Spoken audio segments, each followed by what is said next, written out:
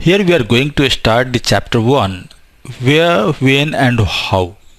Where and how. This chapter is the first chapter of your textbook of class 8 of modern India. In fact, this is the outline of the modern India and the background under which we have to study the modern India. Here we are seeing the time frame, that is the AD 1600 first. AD 1600 is the time when this British East India Company came into existence. British East India Company. What was this British East India Company? Definitely it was a trading company. What does it mean by trade? In fact, trade means any country, any industry, any factory which is producing its goods, if it is being sold to the other place. So for which what is required? First thing is that technology is required, no? For production, technology is required. And second thing is that it is market is required.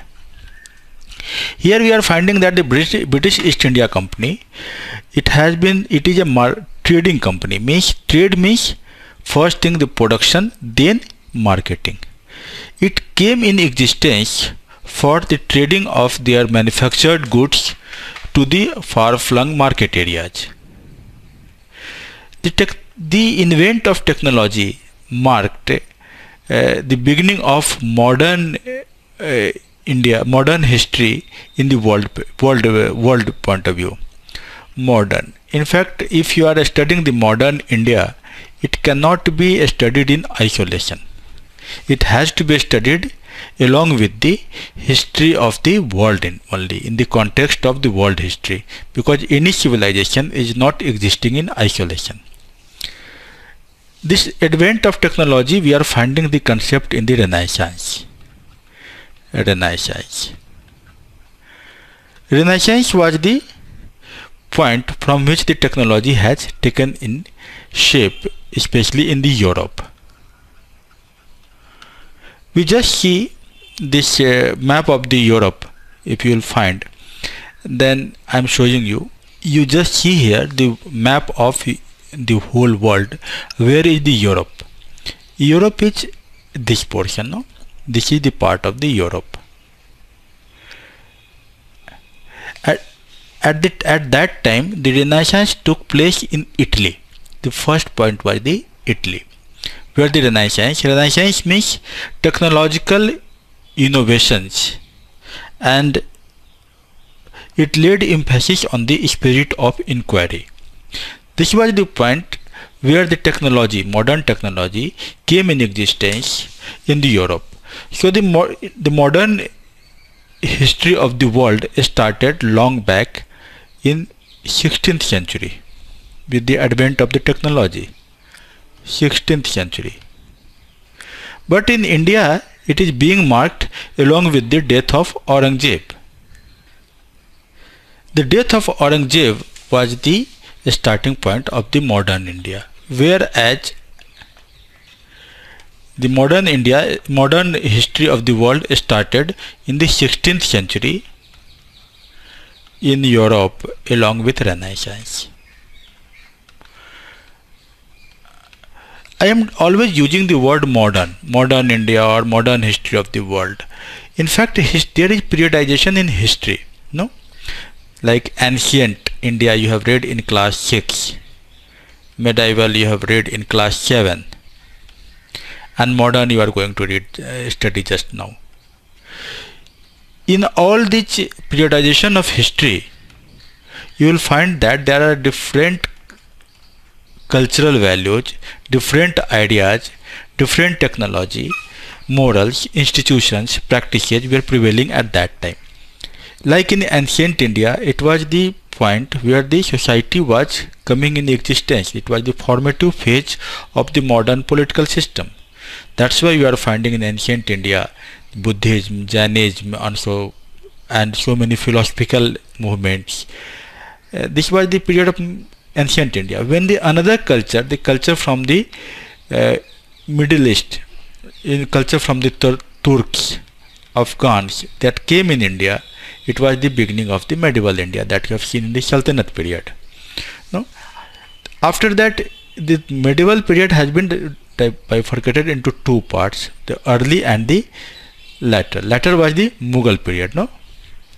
Mughal period. In 1526, with the advent of Babur, when Babur came in India and with the first battle of Panipat,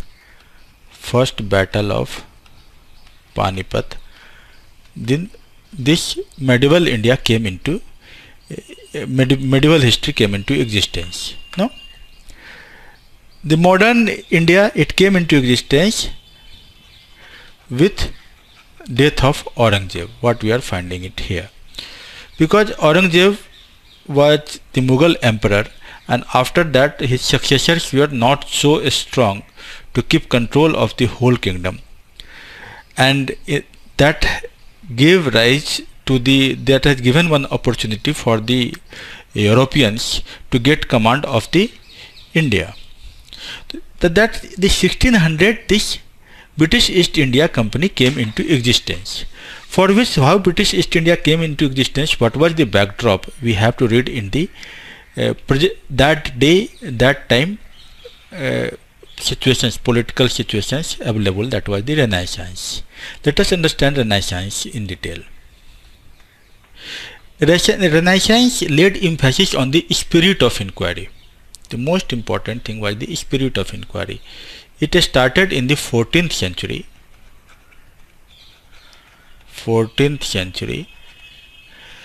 But it continued till 17th or up to the 18th century. In fact, this was the period when people associated with different areas of human knowledge became more and more interested to know the world around them and to devise new means to make life better.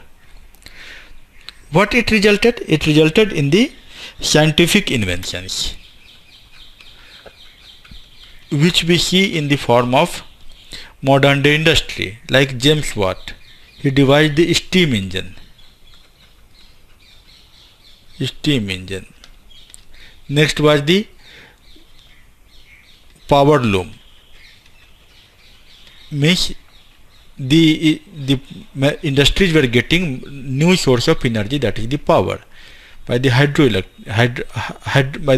power. They were using this industry. The people associated with different means of human knowledge became more and more interested to know the world around them. This was the period when the sea voyage was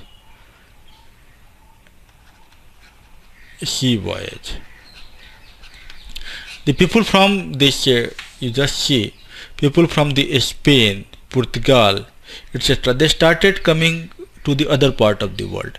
Look, you just see here the picture of Vasco da Gama. He was a Portuguese sailor.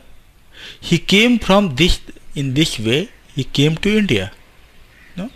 He came to India through Cape of Good Hope, after passing through the Africa. Cape of Good Hope. And then he came to India. Why in 1498? Why from this place he could have come through land route also? Like if you would have followed this route, suppose this is Spain, no? This is Spain, Portugal, this is the portion. This is the portion. If he could have followed this route also, for coming to India. But what happened? You just see at this place. This is this place which is marked here. In fact, the Turkish people, they are having the control of this land route. So this area was blocked for the Europeans. So now, if you have to come to India to see the other market, then they have to follow the sea route. That's why they took the sea voyage. And for the sea voyage, they found this route, that Cape of Good Hope. They can come, just crossing the Madagascar, they can come to India. And in 1498, Vasco da Gama came to India, a Portuguese sailor, at Calicut, which is in present day Kerala. This Turkish has this stopped their entry in 1453 almost. This was the period of Renaissance. At that time technology has advanced in the Europe. You just see how the sea voyage could be possible, because at that time some of the instruments like the mariner compass were devised. Mariner compass were invented. Besides, when they are making the sea voyage, the route was full of the sea robbers, pirates. So gunpowder, invention of gunpowder,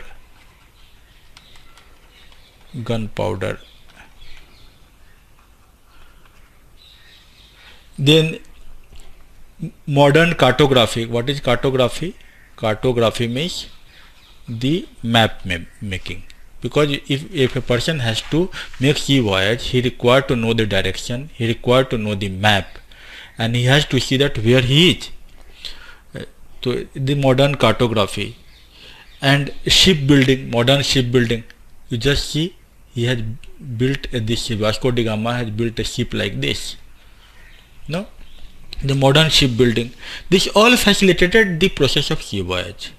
And the Spanish and the Portuguese explorers such as Vasco da Gama, at that time there was Magellan. You have heard the name of Ferdinand Magellan? Magellan was the first person who was told that the world is not flat. Earlier people were having the belief that if you will make a sea voyage, at one point of time they will fall down. But he has shown that no, it is a globe, it is round in shape, it is just like a football. Then Columbus, they all were from the same place, Spain or Portuguese. The Columbus, he had gone in this direction and he found, in place of India, he could found America. So these all were the famous persons. They marked their finding in the sea routes across globe. So this was the backdrop. At that time of Renaissance, you will find that the culture was at its best. You have seen the painting of Leonardo da Vinci, the Mona Lisa painting. This is one of the famous painting, wall painting, perhaps by Raphael.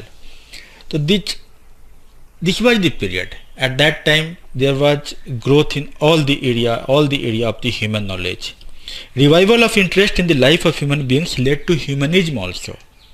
It was a silent revolution, this Renaissance, which found expression in music, painting, sculpture, theatre, literature, besides the scientific discoveries. But one thing was there, the economic interest paved the way of imperialism. What was imperialism?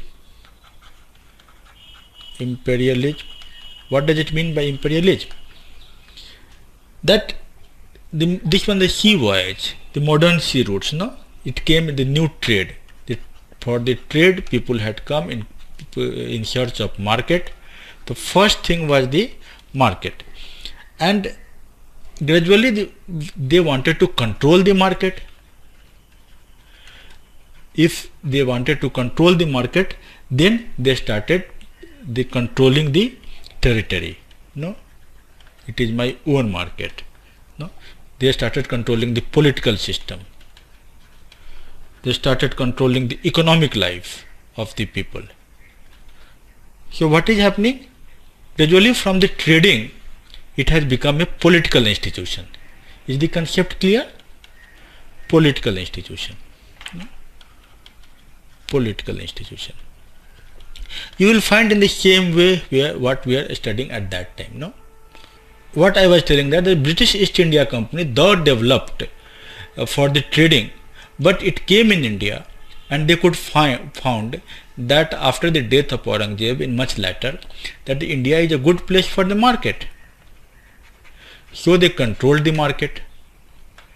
And this was the culmination point, Battle of Plassey, 1757, Battle of Buxar.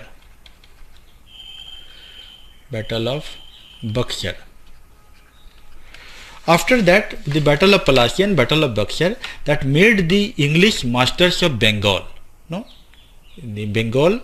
This battle was there, and gradually they became masters of the whole India.